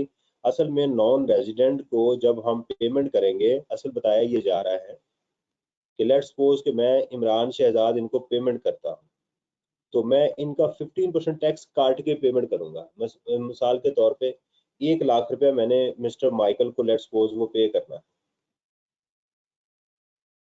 तो मैं 1 लाख रुपया नहीं दूंगा इसको 85,000 की payment करूंगा और इसका जो 15,000 है वो मैं एफबीआर को दे दूंगा। और मिस्टर माइकल ने इस अमाउंट के ऊपर इसके अलावा कोई और टैक्स पे नहीं करना। This is called full and final discharge of tax liability. मैं उनको पेमेंट करूंगा कि जनाब 85,000 आपका, 15,000 रुपये मैंने आपका टैक्स जमा करवा दिया। वो कहेंगे जी ठीक है। टैक्स डिपार्टमेंट इसको कहता है एफबीआर कि भाई वो जो आपका टैक्स इमरान ने दे दिया वो फुल एंड फाइनल है, खत्म, तुम्हें हमें इसके अलावा कोई और टैक्स पे नहीं करना। बस ये है इसके ऊपर। ठीक है जी। लेकिन अगर मैं रेजिडेंट हूँ, मुझे रॉयल्टी मिलती है। अब ये सवाल ये है ना, आप पूछ सकते हैं सर रेजिडेंट के लिए क्या होगा, उसका बताया जा रहा है। However, royalty income is taxable under normal tax structure as business income if it is effectively connected with the permanent establishment in Pakistan of a non-resident person। ये बात सुनिएगा, ये क्या बात की जा रही है। अगर मिस्टर माइकल जो है, यानी ये समझें, आप इसकी मिसाल ले लें बिल गेट की। बिल गेट की मिसाल ले लें। बिल गेट की अगर हम एग्जांपल लें, अगर तो मैं डायरेक्ट बिल गेट को पेमेंट करता हूं माइक्रोसॉफ्ट वालों को पाकिस्तान से, तो फिर तो ये तरीकेकार होगा। लेकिन ऐसा पॉसिबल है कि बिल गेट ने पाकिस्तान के अंदर, बल्कि है, इन्होंने अपना एक अलग से परमानेंट एस्टेब्लिशमेंट बना ली हुई है, यानी एक अपना इदारा इधर बना लिया हुआ है अलग से, परमानेंट एस्टेब्लिशमेंट। यानी माइक्रोसॉफ्ट वालों ने पाकिस्तान के अंदर एक नई कंपनी बना दी हुई है। अब मैं अगर इनसे सर्विसेज ले रहा हूँ, ठीक है, डायरेक्ट नहीं इनसे ले रहा, ये नॉन रेजिडेंट से नहीं, बल्कि इनकी जो पाकिस्तान में कंपनी है उससे मैं सर्विसेज ले रहा हूँ, ठीक है। वो समझ लें कि MS पाकिस्तान लिमिटेड है, ये उसका नाम है, पाकिस्तान लिमिटेड इस तरह से कंपनी है, मैं इनसे सर्विसेज ले रहा हूँ, तो इनके लिए वो फाइनल नहीं होगा टैक्स, उनका फिर भी यही कटेगा 15%, टैक्स इनका यही कटेगा। लेकिन अब इनके लिए फाइनल नहीं होगा, बल्कि ये जो मैं इनको पेमेंट कर रहा हूँ ये सेपरेट ब्लॉक में नहीं जाएगी, नॉर्मल में जाएगी, बिजनेस इनकम में रखेगी। समझ आ गई है? दो एग्जांपल मैंने आपको दी हैं कि अगर मैं किसी नॉन रेजिडेंट से डायरेक्ट सर्विसेज लूंगा तो उसका 15% टैक्स काटूंगा, उसके लिए फाइनल। जबकि अगर मैं किसी उसी नॉन रेजिडेंट की पाकिस्तान में कोई परमानेंट एस्टेब्लिशमेंट मौजूद है उससे सर्विसेज लूंगा, तो उसके लिए जो है वो फिक्स नहीं है, बल्कि वो अपनी बिजनेस इनकम में ऐड करेगा। और ये 15,000 रुपया उसका क्या होगा, माइक्रोसॉफ्ट वालों का एडवांस टैक्स होगा, जो कि अपनी टैक्स लायबिलिटी में से माइनस करना है। ये बात समझ आ गई है तो मुझे बताएं।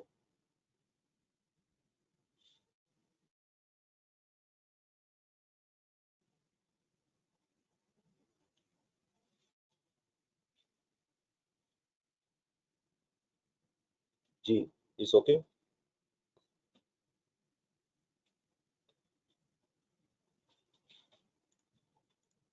आप बेटा क्लास में हैं कोई, तो मुझे ये बता दें कि आपको समझ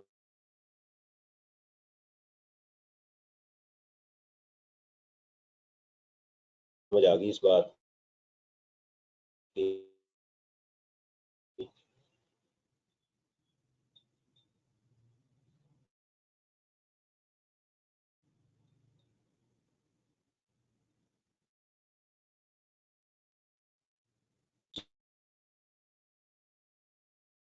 आगे चलते हैं। अच्छा जी, ये दो डेफिनेशन जरा इसको याद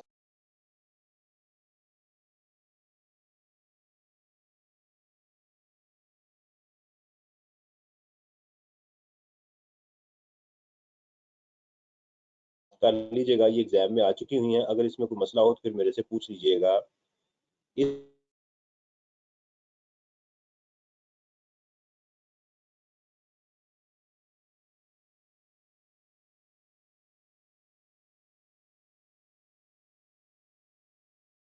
इसको फी फॉर टेक्निकल सर्विसेज की जो डेफिनेशन है इसको कर लीजिएगा, इसको रीड कर लीजिएगा, तो रीड कर लीजिएगा, ये सिर्फ इसको देख लीजिए। इसमें जो एक है का ये जो वो यानी समझिए, और ये उसकी बात हो रही है कि ये जो आपको इंटरेस्ट मिल रहा है इसका टैक्स ट्रीटमेंट क्या होगा, इसका टैक्स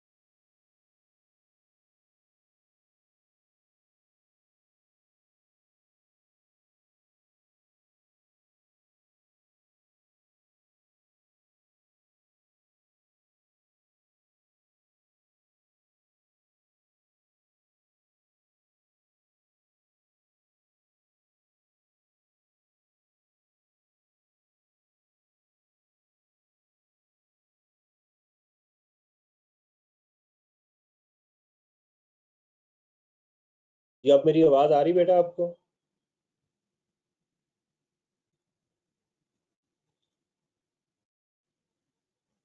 हेलो,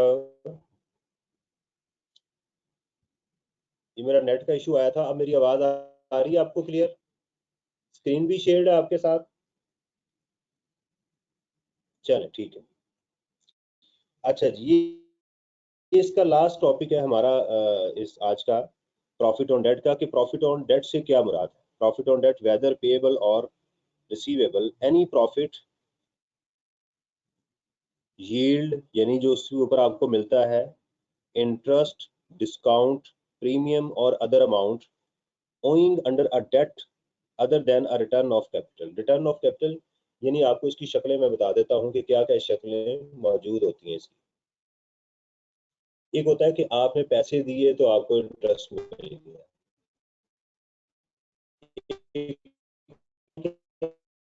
1.5 लाख रुपया उसके ऊपर पैसे मिल गए, आपने 1.5 लाख रुपया उसके ऊपर पैसे।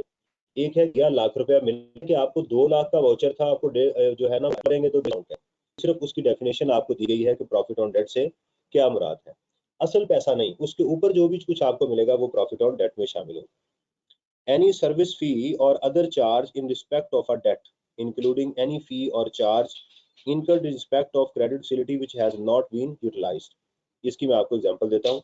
आप बैंक के पास जाते हैं और कहते हैं जी मुझे लोन चाहिए, वो आपको कहता है जी 5,000 रुपये तो पहले आपकी प्रोसेसिंग फी होगी, फिर मैं आपको फैसला करूंगा कि आपको मैंने लोन देना है या नहीं देना। लॉ कहता है ये भी तुम्हारा इंटरेस्ट ही, ये भी तुम्हारी इनकम जो है उसमें शामिल होगा। अब देखिएगा क्या क्या चीजें हमारी इंटरेस्ट में शामिल होती हैं।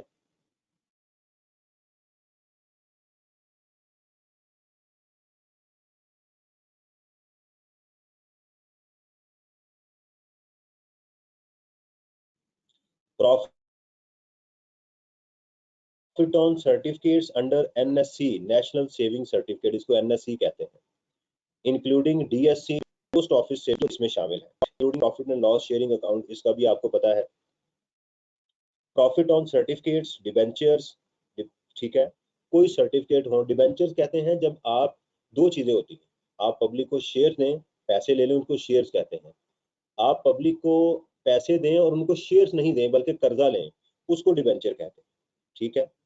Etcetera including TFC, certificates of investment issued by company और फाइनेंशियल, ये टर्म्स हैं, इनको अभी याद कर लें। टीएफसी होती हैं, पीटीसी पार्टिसिपेशन टर्म सर्टिफिकेट्स होते हैं, ये सारी चीजें।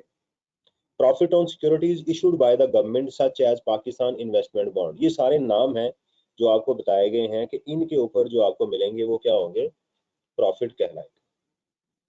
कंपनी अपनी इसको इनकम में ऐड करेगी, नॉर्मल कंपनी के ऊपर सेपरेट ब्लॉक में नहीं है। हमारे लिए क्या है, for individual and AOP profit on debt क्या होगा, where does not exceed 5 million, तो 5% of the gross amount exceed 5 million, तो फिर नॉर्मल में ऐड होगा। अब सुनिएगा एग्जाम में होगा क्या। अगर आपको एग्जाम में प्रॉफिट ऑन डेट मिले, ध्यान से सुनिएगा, आपको इंटरेस्ट मिल जाए और इंटरेस्ट की अमाउंट जो है वो ये लिखिएगा 5 मिलियन तक हो,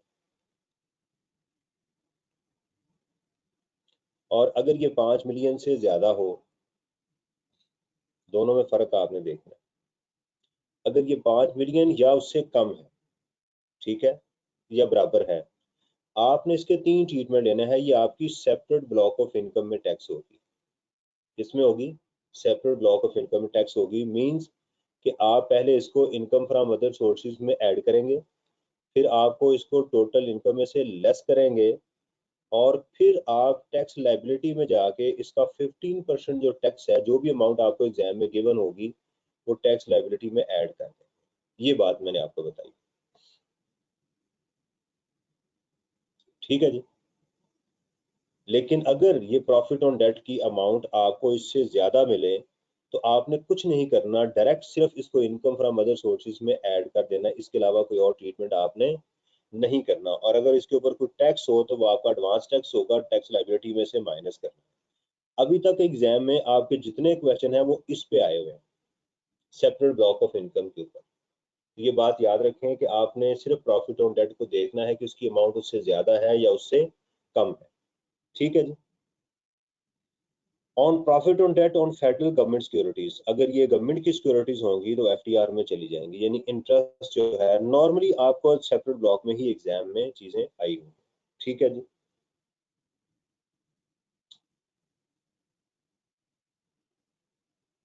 एक इसमें चीज बताई गई है, ये बहबूज सेविंग सर्टिफिकेट बास लोगों ने लिए थे, इसका असल में लोगों ने बड़ा मिस यूज भी किया। ये कुछ लोगों के लिए इशू किए गए थे, लेकिन बड़े अमीर आदमी ने इसको खरीद लिया।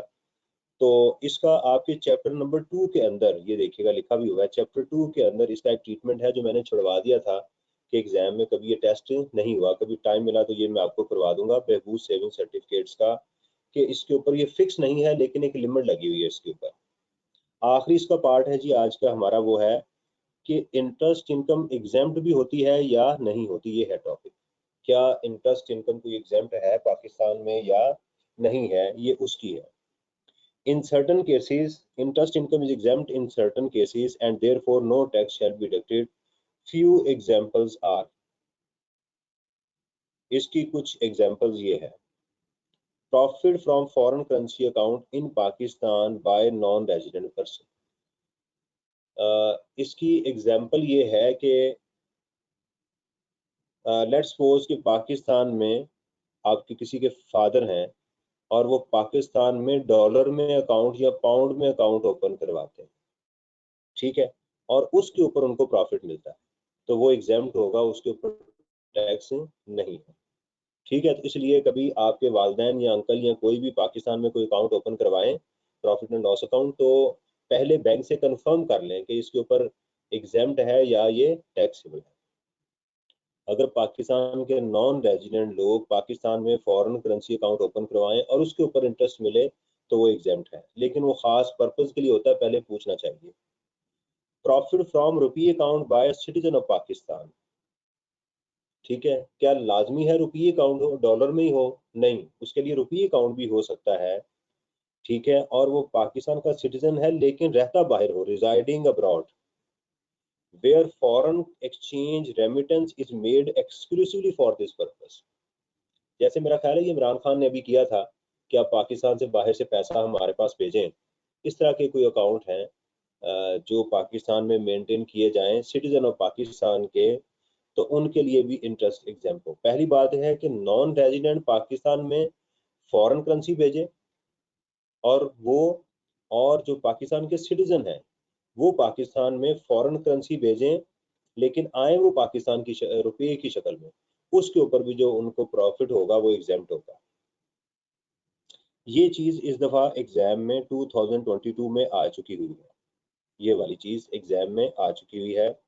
Profit received by a non resident on securities issued bye a resident person. ठीक है, कोई नॉन रेजिडेंट है, ठीक है, सिक्योरिटीज किसने इशू की हैं? किसी रेजिडेंट ने। समझ लें कि मैं हूं और ये माइकल है, इसको ऐसे समझ लें कि मैंने पाकिस्तान में सिक्योरिटीज इशू की, किसको? माइकल को इशू की। ठीक है, तो उसके ऊपर जो प्रॉफिट दूंगा मैं माइकल को, वो माइकल के लिए एग्जेम्प्ट होगा। देखें, पहले जो मिसाल, दो मिसालें दी गई आपको। Number one, non resident Pakistan में डॉलर अकाउंट या कोई भी फॉरेन करेंसी अकाउंट मेंटेन करें, उसका इंटरेस्ट एग्जेम्प्ट। दूसरी एग्जांपल ये है कि पाकिस्तान का सिटीजन बाहर से पैसा भेजे और वो रुपये अकाउंट में आए, उसको भी एग्जाम्प्ट। अब आ रही है बात कि पाकिस्तान से कोई शख्स पाकिस्तान से बाहर सिक्योरिटीज भेजे और वो भी उसके ऊपर फिर उनको प्रॉफिट दे। मिसाल के तौर के ऊपर मैं पाकिस्तान में डिबेंचर इशू करता हूँ, लोन लेता हूँ पूरी दुनिया में से। ठीक है, अगर ये वाली कंडीशन मैं पूरी करूंगा तो उन लोगों को जो इंटरेस्ट दूंगा उनके लिए एग्जाम्प्ट हो जाएगा। उनके लिए यानी माइकल समझने बाहर बैठा हुआ है। Number one, the person are not associate, यानी मैं और माइकल आपस में एसोसिएट नहीं है, यानी मेरी वो सब्सिडरी कंपनी नहीं है, मेरा कोई रिश्तेदार नहीं है, ये है। The securities was widely issued outside Pakistan for raising loan for a business purposes. और ये जो लोन मैंने, ये जो सिक्योरिटीज इशू की है, ये पूरे पाकिस्तान में मैंने इशू की हुई। इसमें कोई ये नहीं किसी खास बंदे को नहीं दी, ओवरऑल मैंने दी हुई है। The profit was paid outside Pakistan, और प्रॉफिट पाकिस्तान से बाहर दिया हुआ है। And the profit was paid on any security approved by the FBR, और ये मैंने इसकी पहले एफबीआर से अप्रूवल ली हुई थी। दोबारा सुन लीजिएगा, अगर मैं बाहर से कर्जा लूं बिजनेस के लिए, कर्जा लूं बिजनेस के लिए, पूरी दुनिया में मैंने इशू की है सिक्योरिटीज, और इसकी अप्रूवल मैंने फेडरल बोर्ड ऑफ रेवेन्यू से ले ली कि जनाब मुझे बिजनेस के लिए लोन चाहिए। एफबीआर ने कहा कि तुम लोन ले सकते हो, तो जिनको तुम इस लोन के ऊपर इंटरेस्ट दोगे हम उनको टैक्स पाकिस्तान में नहीं करेंगे। अगर ये सारी कंडीशन पूरी हो रही हैं तो फिर मैं जब मिस्टर माइकल को इंटरेस्ट दूंगा तो मिस्टर माइकल की इनकम पाकिस्तान में एग्जाम्प्ट नहीं होगी। बेशक वो नॉन रेजिडेंट है, लेकिन उसकी पाकिस्तान सोर्स इनकम पाकिस्तान में क्या हो जाएगी? एग्जाम्प्ट हो जाएगी। ये बातें जो हैं ये हैं, और एक दफा एग्जाम में आ चुकी है। तो ये था जी अल्हम्दुलिल्लाह आज का हमारा चैप्टर, जिसके अंदर हमने जो है वो चीज़ों को डिस्कस किया। इसको हमने इनकम फ्रॉम अदर सोर्स को डिस्कस किया, उसकी मोडेलिटी को डिस्कस किया, तरीक़ेकार था उसमें, डिविडेंड को डिस्कस किया, प्रॉफिट ऑन डेट को उसमें डिस्कस किया, उसमें अगर कोई गिफ्ट मिले उसको दोबारा हमने डिस्कस किया है। उसके बाद अगर कोई लिटरेरी वर्क बनाए, किताब लिखे, 24 माह से ज़्यादा टाइम लग जाए, उसको हमने इसमें डिस्कस किया है। और इसके साथ कैपिटल गेन को भी दोबारा हमने कुछ रिवाइज कर लिया, डिविडेंड इन स्पीशी को भी हमने डिस्कस किया है। तो ये वो चीज़ें थी जो आज हमने आपके साथ डिस्कस की हैं।